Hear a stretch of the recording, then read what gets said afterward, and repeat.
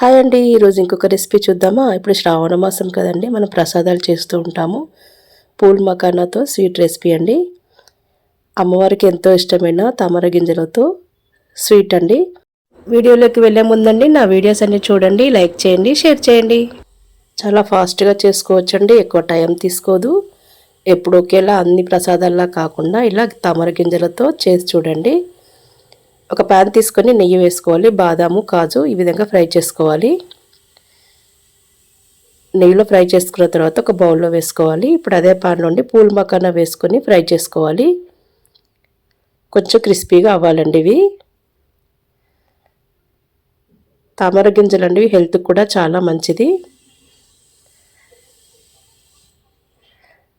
ఇవి కూడా వేయించుకున్న తర్వాత ఒక బౌల్లోకి తీసుకోవాలి.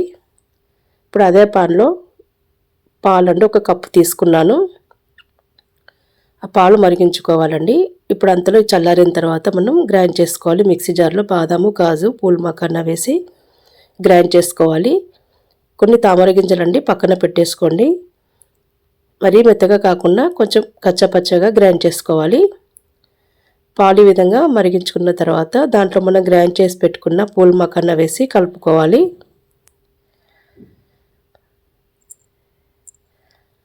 దీంట్లో సరిపడా చక్కెర వేసుకోవాలి. బెల్లమైనా వేసుకోవచ్చండి, మీ ఇష్టము.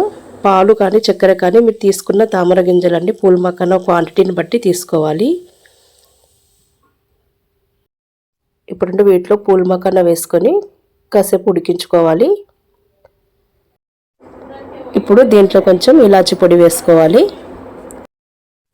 ఇప్పుడు పాల పొడి తీసుకున్నాను, ఒక 3 స్పూన్స్ వరకు అండి. వాటర్తో విధంగా కలిపేసుకున్న తర్వాత ఈ స్వీట్లో కలుపుకోవాలండి. కొంచెం చిక్కగా వస్తుంది, పాలపొడి కలుపుకుంటే బాగుంటుంది. ఒక 5 మినిట్స్ అండి పాలపొడి వేసిన తర్వాత ఉడికించుకోవాలి. చల్లారిన తర్వాత ఇంకా చిక్కగా అవుతుంది. చూసారు కదండి, ఈ స్వీట్ చేయడం చాలా ఈజీగా ఉంది కదండి. ఈ వీడియో మీకు నచ్చితే లైక్ చేయండి, షేర్ చేయండి. బాయ్ అండి.